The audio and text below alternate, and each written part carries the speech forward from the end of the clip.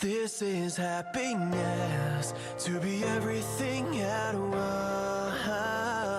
Be unblinded, be unlearned, be unbridled and unburned.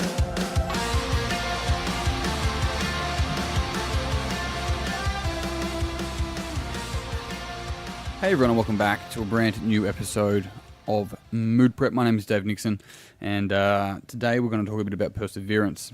And what I really want to speak about here through perseverance, I've seen it pop up a couple of times recently. It's just something I suppose I've become more aware of in the last couple of days for some reason, which is quite noble, seeing this ability within ourselves or within others to persevere through, difficult times. I myself definitely have gone through what I would call challenging times for me, and I'm sure there's more to come. Life comes in waves, but in its own variations, and one person's challenging time might seem like nothing to somebody else, right? So the key thing here is that not whether we're going to go through challenging times. The key thing here is how we're going to deal with them when they show up. What actually defines a challenging time? And so the thing that I want to talk to today is looking at the challenging times, the hard times, and going, what is making those things so challenging and so hard? Was it my prediction? Was it my expectation of how it was meant to happen? And it hasn't happened in that way, and so now I've got to do more work, or I've got to figure something out, or I thought it was going to be easier than this, and here I am late at night trying to work through something that I didn't think I was going to have to work through, or pay a bill, or whatever it might be. That being part of the problem, right through to going, well, what is allowing me to stay through the process and come out the other side? The other day, my partner, who is very much, if you just listen to the Enneagram, very much a type 7 and very positive, optimistic. And we're listening to one of the Sleeping at Last videos on YouTube. It was actually about the type 7, so this guy did an Enneagram, a song for each Enneagram. And she goes, are you hopeful? Like, do you actually have that sort of optimism, that hope? Because between her and I, she's definitely a lot more pessimistic. I would definitely sit more on, which let's call best case scenario. I would sit more on more of a critiquing worst case scenario.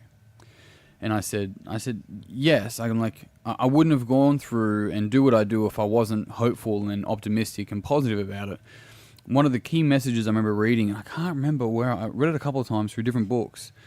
It talked about this rule, and I can't think what the rule is. If you know it, and hit me up. I'd love to hear it.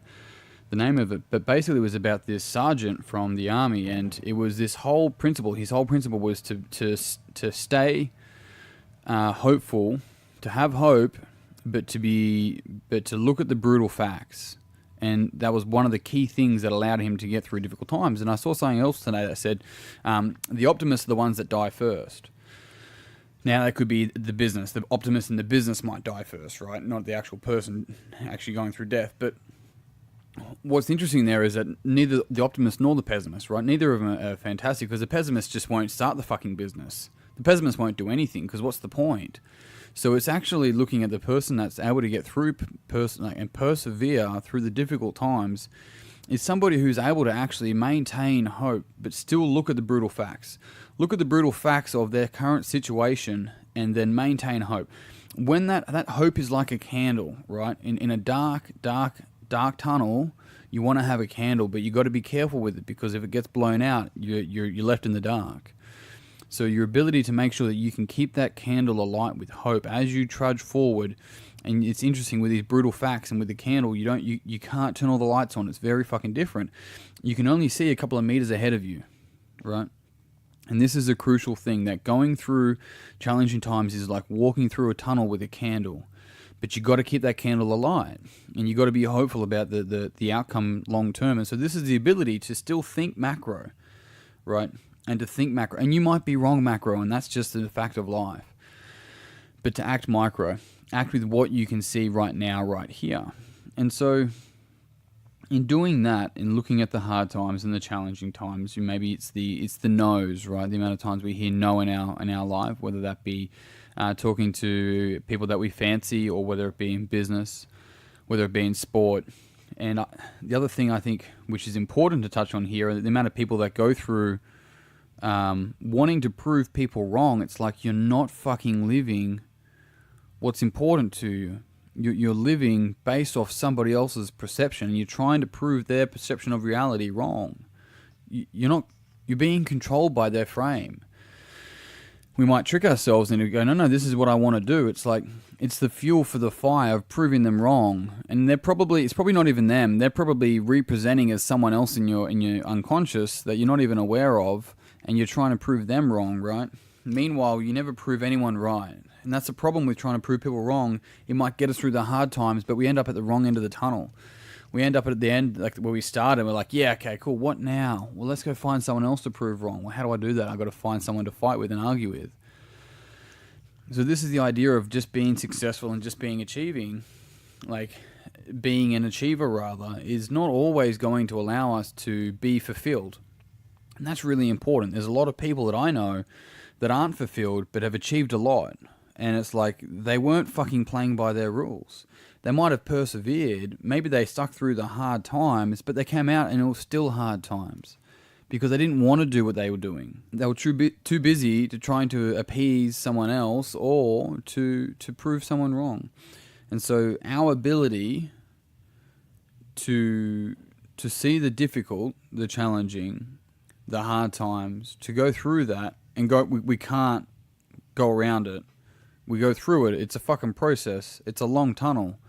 And over time, we start to understand that it's the light at the end of the tunnel is not an illusion. The tunnel is the illusion, that we're actually creating the hard times. And so, it doesn't mean that once we understand that there's no more hard times and life's just smooth sailing in fucking the Bahamas and a beautiful, windless day. That's not the case. That doesn't make a skilled sailor, like to throw more quotes and cliches, but it just doesn't. It's a fucking analogy. It's not a cliche. And the reason why we need to understand that is that these challenges allow us to become the person who we want to be. If you want to be good in business, you don't get everything right. You figure out a lot of fucking problems and you go through it and you keep learning. If you want to get good at a sport, then be prepared to be sidelined, be prepared to get injured, be prepared to get all that sort of stuff, to go through all the hard times and persevere. And the beautiful thing about this is that when we come out the other side, we actually come out as a mature individual, knowing that the world fucking owes us nothing. It doesn't owe us a damn thing, and that we are all self-made.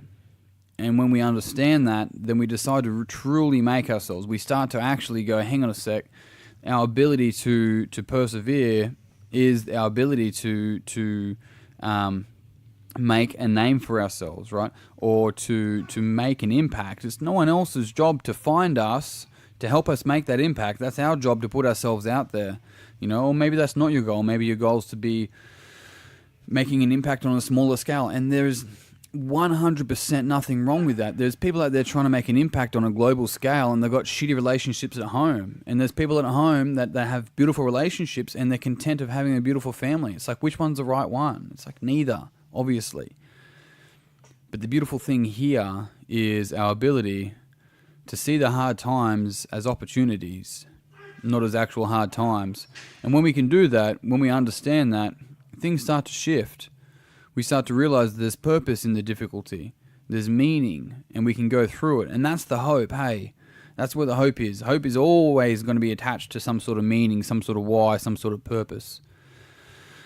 And when we can be in that space, that's how we truly make an impact, and that's how we take control of our own life and then be able to direct it onto other people, right? So, the perseverance is a quality within us, but it's not just about getting through the hard times. It's about understanding that what are we doing to create this? When will I catch a break? That question is presupposing that you continually put yourself in a position where you don't get breaks, mate. Like, forget about it. There's no smooth sailing for anyone, and there's some challenging things for sure, and some bad things happen to good people, and that's happened for the whole time that the world has existed, to my understanding, or at least humans existed, right? That's not changing anytime soon. So you don't know when it's going to end. So make sure, this is why, fucking make sure that what you're doing is so fucking purposeful it's like entwined into your DNA. Otherwise, like a fucking leaf dying, by the time it hits the ground, it's over. Hey, that's it. You got a choice. On that note, I am done. If you found this podcast beneficial, it would mean the world to me if you'd pass it on to someone else that you think would also find it beneficial. If you haven't already, you know the drill. The deal drill. Jump on Facebook, search Mood Prep online, join the conversation there. I'd love to see you in there. Otherwise, team, I'm out until tomorrow. Peace and pizza, kick today in the dick, slay the dragon. I'll see you soon. To be everything at once, be unblinded, be unlearned, be unbridled and unburned.